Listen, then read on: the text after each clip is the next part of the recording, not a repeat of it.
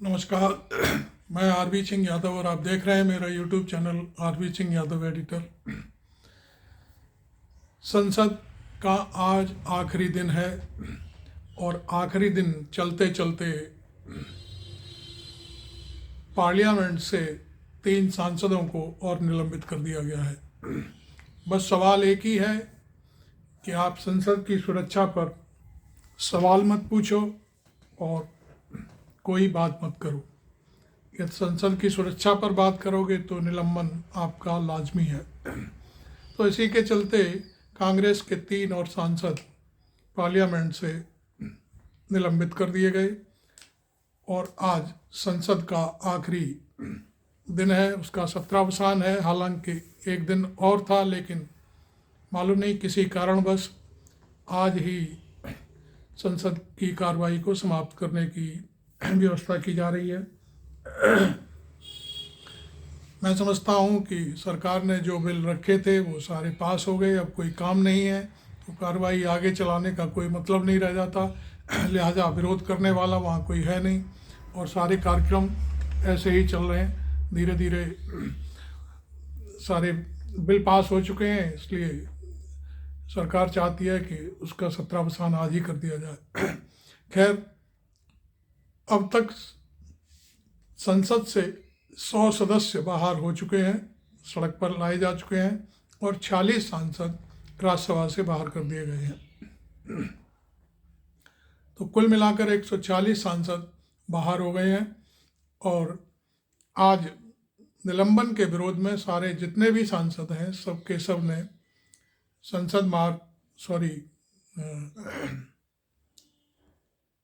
India gate तक पास मार्च निकाला और मोदी सरकार के विरोध में प्रदर्शन किया। तख्तियां हाथ में लिए हुए नारेबाजी करते हुए बहुत ज़बरदस्त जुलूस था।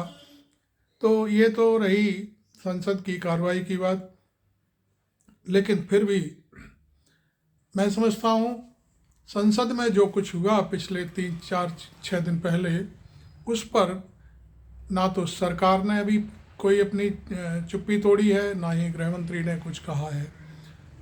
और मैं समझता हूँ कि इस मामले में कोई गैर भाजपा ही सांसद होता तो जाने कैसे क्या हो जाता।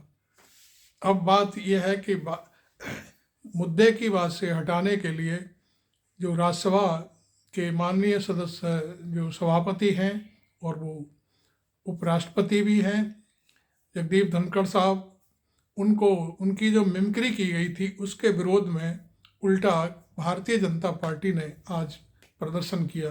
पता चला कि वो कांग्रेस दफ्तर की तरफ भी जाना चाहते थे, लेकिन पुलिस ने उनको वहीं रोक लिया।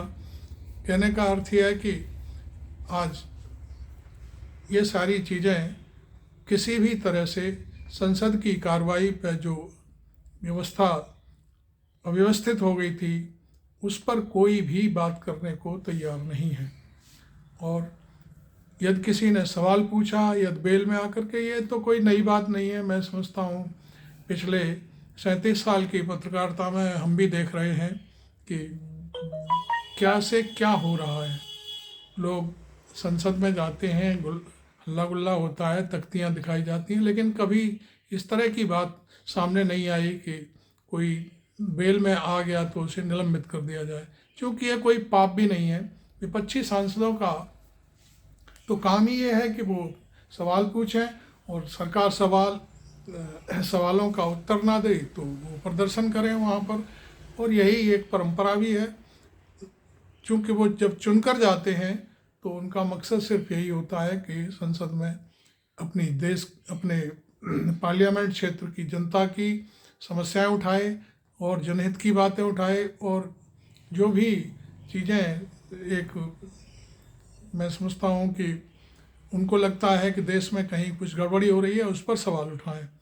तो ये तो मसला चूँकि संसद में सुरक्षा का है, चूँकि जब हमला हुआ या जो कुछ भी धुआं वगैरह छोड़ा गया जिन लड़कों ने प्रोटेक्ट करते समय पार्लियामेंट में कूद गए थे वो, तो इसमें तो ऐसा तो चलिए, ये तो लड़के हैं, उन्होंने अपना मकसद पूरा करने के लिए, अपनी बात कहने के लिए संसद का प्रयोग किया। लेकिन ऐसे में कोई आतंकवादी भी आ सकता है और भी कुछ हो सकता है।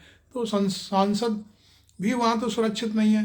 इस सवाल को लेकर के वो गृह मंत्री से या प्राइम मिनिस्टर से संसद में बयान चाह रहे थे, लेकिन ये कुछ नहीं हो पाया। अब तमाम बातें हैं।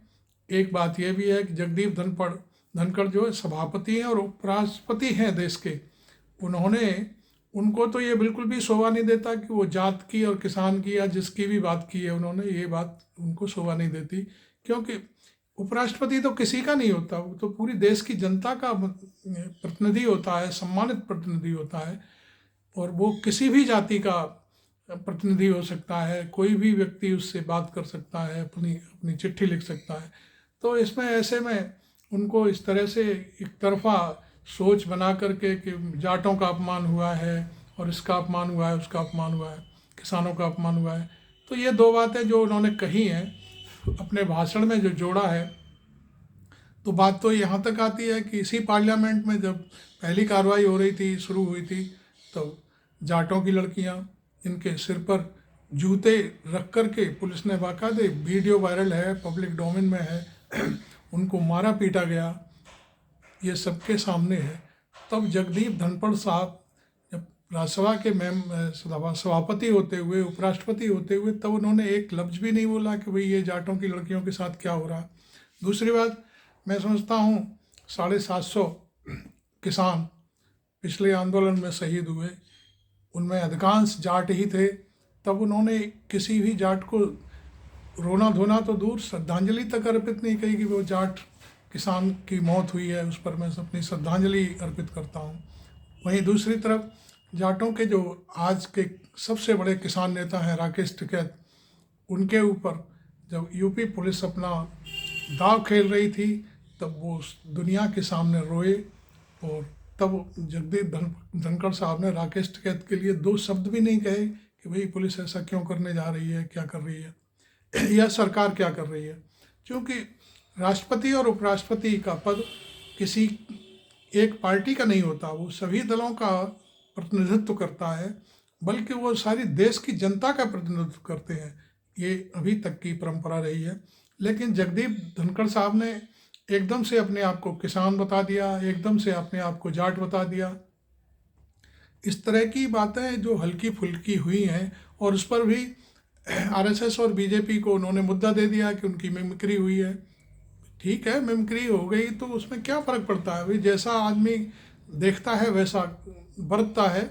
भाई आपने ये सारे काम कैसे किए, 40 लोगों को सड़क पर ला दिया, तो वो अब संसद में वो सवाल नहीं पूछ सकते, तो फिर बाहर आकर के तो वो कुछ ना कुछ बोलेंगे, कुछ ना कुछ करेंगे। हालांकि मैं समझता हूँ कि सभापति या उपराष्ट्रपति साहब का ऐसा करना ठीक नहीं है, मेरे विचार से बिल्कुल गलत है। लेकिन जब आदमी बाहर होता है तो वही वाली एक कहावत होती है कि मरता क्या नहीं करता, तो वो जो जिसको जैसा सूझता है वैसा कर बैठता है। तो मैं समझता हूँ ये जो परंपरा डाली जा रही है कि विपक्ष को बाहर कर दो और जो भी काम पार्लियामेंट में कराना है उसको कर दो, विपक्ष विहीन 3 बिल पास करा लिए गए, आईपीसी, सीआरपीसी, और एक तीसरा बिल है साक्ष्य अधिनियम, उसको भी पास करा लिया गया। किसमें क्या है, अभी कुछ लोग, एक देश के नामी ग्रामी अखबार के एक बड़े संपादक ने मेरे से आज बात करी, तो उन्होंने कहा कि इस पर काम नहीं हुआ है, जो बिल पारित किए गए हैं वो कायदे से उनको ठीक से पेश नहीं किया गया है। यदि उस पर मैं समझता हूँ कि संसद में कार्रवाई होती, लोगों के सुझाव लिए जाते, फिर उन सुझावों पर अमल करके अनुमोदन किया जाता, तो शायद बिल्कुल ठीक रहता। क्योंकि वो संसद है, कानून बना रही है, तो कानून में मैं समझता हूँ सबकी राय एक होनी चाहिए। ये एक बहुत बड़े संपादक ने मेरे से बात कही, मैं उनका नाम यहाँ नहीं लेना चाहता क्योंकि नाम लेने पर उनको कोई दिक्कत हो सकती है, और इसलिए मैं उनके नाम को छुपा रहा हूँ। तो उनका बिल्कुल सही बात कहना था, वो ये बहुत बड़े संपादक थे, बहुत बड़े ग्रुप के, तो उनका भी मानना था। हालांकि वो कुछ पत्रकार ऐसे हैं कि भाई अपनी बात को कहना चाहते हैं, लेकिन उन्हें कोई प्लेटफॉर्म इस तरह का उपलब्ध नहीं है। और बात ये भी है कि भाई कोई पत्रकार मुखर होता है, वो अपनी बात कहना चाहता है तो उसकी आवाज़ को दबाने के लिए उसे ट्रोल करना शुरू कर दिया जाता है। तो खैर मैंने उनका नाम नहीं लिया है, लेकिन उनकी बात अपने इस चैनल के माध्यम से रखी है कि जो 3 बिल लोकसभा में पारित किए गए हैं वो वर्कआउट नहीं किया गया है बहुत अभी और कुछ भी उसमें अच्छा किया जा सकता था, और इसमें पार्लियामेंट के जितने भी सांसद हैं, राज्यसभा के सांसद हैं, उनसे बाकायदे राय ली जानी चाहिए थी। बल्कि उनका तो यहाँ तक कहना था कि पब्लिक डोमेन में डाल करके भी राय ली जा सकती थी, क्योंकि भाई देश में एक से एक धुरंधर व्यक्ति पड़ा हुआ है सुझाव देने के लिए, बात करने के लिए। तो ये बात उनकी मुझे जायज़ लगी, तो मैंने सोचा अपने इस वीडियो में रखूं।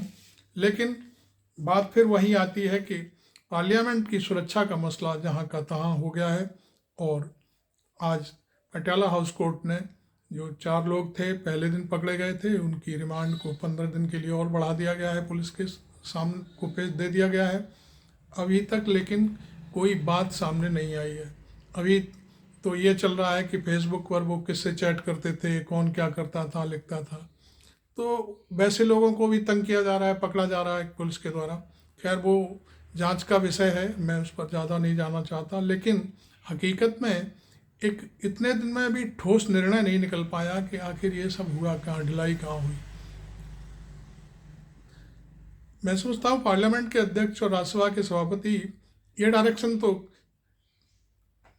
भारतीय जनता पार्टी के सांसदों के साथ साथ सभी विपक्षी दलों को खुद ही एक संकेत दे सकते थे कि भाई अब जो भी पास आप जारी करें, और जो भी आप पास जारी करेंगे उसकी जिम्मेदारी आपकी है।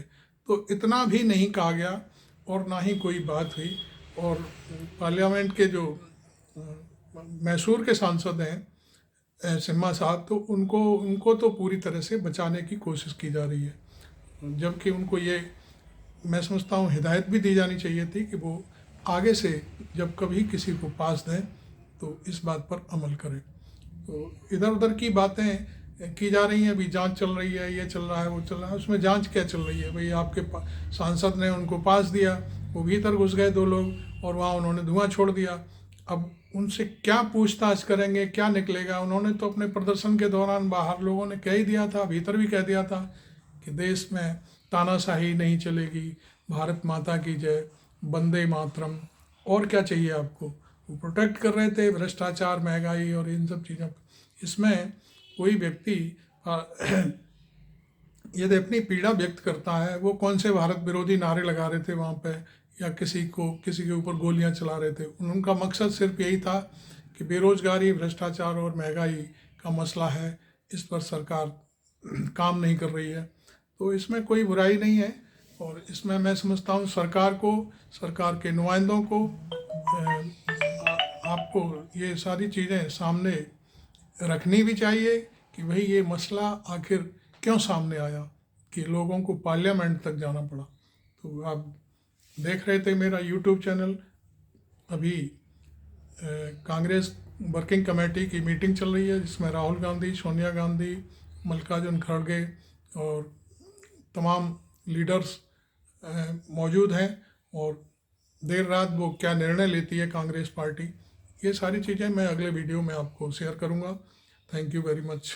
मेरे चैनल को सब्सक्राइब करें, लाइक करें, और मुझे ज्वाइन करना बिल्कुल ना भूलें।